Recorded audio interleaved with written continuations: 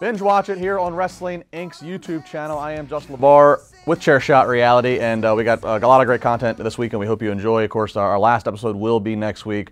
We'll bring some people in the studio, have some fun, say a farewell. It's going to be a lot of fun.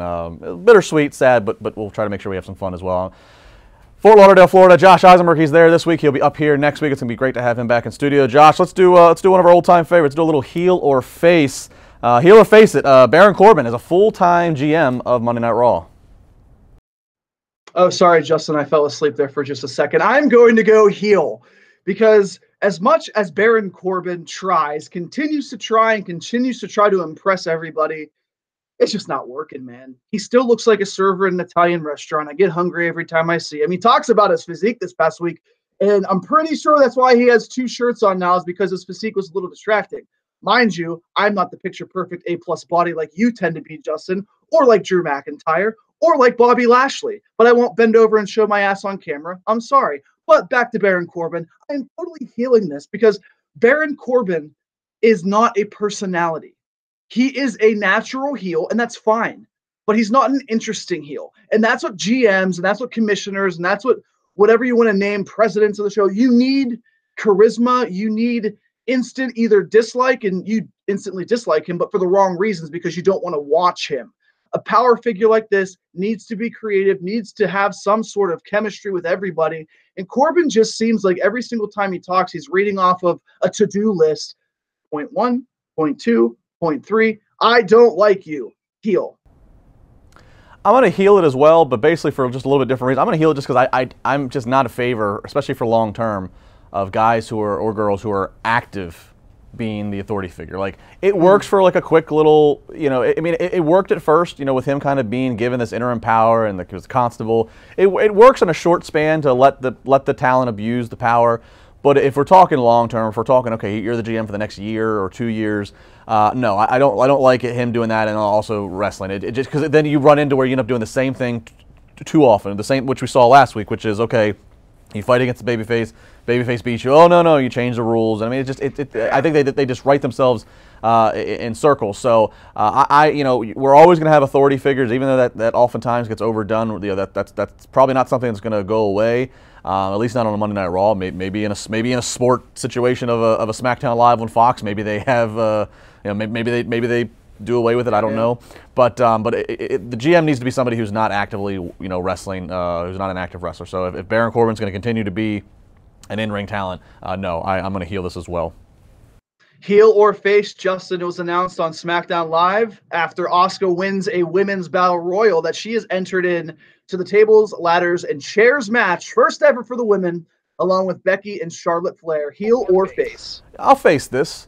I think now. Granted, I think the only reason Asuka's being put in this is to protect either Becky or Charlotte, whichever one loses. Even though I believe the match is going to be ladder match style, you have to grab the title to win.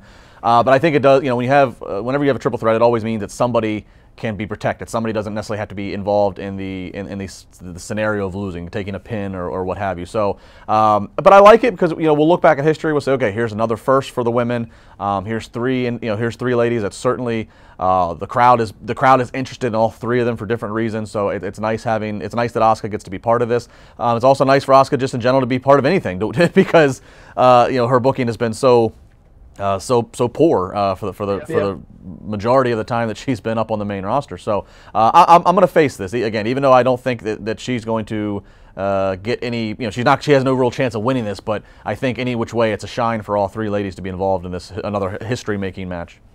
And that's why I'm going to heel it. Everything that you said there about Asuka, about her booking, about her being inserted into the match. I'm not healing the match itself. I'm healing what the eventual outcome is going to be, and it's going to be Asuka losing. Now, my thought is this about Asuka. She doesn't need to speak to really connect with the crowd, and WWE has done a poor job at pushing their international superstars. Her, Shinsuke Nakamura, they're not consistently in feuds. I personally think a Becky Charlotte TLC match would have been great because I think that Becky somehow wins, and that's the last match that they have. Charlotte potentially gets into the Rumble, and then is she going to go back and try to defeat the man, or does she want to go back to Ronda Rousey for some unfinished business? So I'd be fine with just Becky and Charlotte in a TLC match. Even though I like Asuka, it's fresh, and that's what SmackDown's about. It's about being fresh. I just fear that she could have done a lot better had she potentially either come out and attacked Becky Lynch or picked the bones, but then again, it's going to be, well, there's so many heels now. It's a very heelish tactic. Everybody low blows everybody these days. I'm just skeptical because I don't want her to lose and then her to be pushed off all the way towards the back and then be forced to tag team with Naomi because she's so much better and deserves so much better than that. All right, and lastly, heel or face. He's got a lot of vignettes and a lot of hype. Heel or face, Lars Sullivan will be a major player in WWE. Face, Justin. Come on now. The entrance, the look. This guy's leg is literally bigger than my entire body, and that's not a bad thing because this guy looks like one of the only people who Brock Lesnar would want to run away from. Obviously Braun Strowman's big. Braun Strowman's a massive guy, and he's done such a great job, but Lars Sullivan's different to me. I had some people tweeting me and texting me saying, oh, he might be another Vladimir Kozlov, or he might be another Sylvester Terkay, these big bruising bodies that don't quite make it to WWE's main roster and succeed there. Well, Sullivan has every opportunity to succeed. And I'll tell you why, because he has athleticism. You watch his NXT matches, and I know he's going against guys like Velveteen Dream and Aleister Black, but Lars Sullivan kind of gets the business, and he kind of understands, prime example, a mess up with Aleister Black's kick at the NXT TakeOver, I believe it was in Chicago, and they had to improvise. He got back up, and he got 2 more kicks with a bloody mouth. You're telling me that was planned where the fake kick and the miss was going to end it? No. He did this thing. He came back. He said, you know what? Let's finish this the right way. Let's make an impact. And he did that. Not many people can think that fast, and I think he's a very smart guy, and he has all the power, and the athleticism is only going to continue to get better. Face Lars Sullivan. Yeah, I'm going to face it as well. I understand that. I understand that people have their doubts because the move from NXT to a Raw or SmackDown has not been the best for a lot of for many. But I think that I think they clearly seem like they have a plan with this guy, and he's got all the tools as you mentioned. I mean, he seems like he gets it. He's got a hell of a look. I kind of liken this similar to when Brock Lesnar came from OVW. That if they do this right, if Lars Sullivan makes an immediate impact, maybe beating a Brock Lesnar, who knows, that this could be what immediately cements him, and all of a sudden it's like, okay, yeah, he's a made man. Let's keep moving with this. It's funny. It's funny you mentioned Kozlov and Terkay and some of those others. And the difference I think being is that Kozlov and Sylvester Terkay, they didn't get the opportunity to come up and be groomed by Triple H and in that well-fostered NXT situation.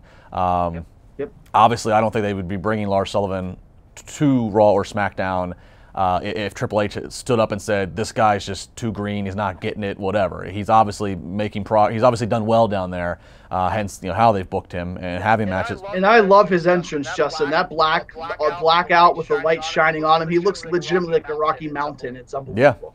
Yeah, I want to face it as well, and I think he's going to go to Monday Night Raw. I think with Raw not having Reigns, Raw not having Braun, having Brock selectively, I think Monday Night Raw. And again, we all kind of figure, okay, Vince is at every Raw, he's not at every SmackDown.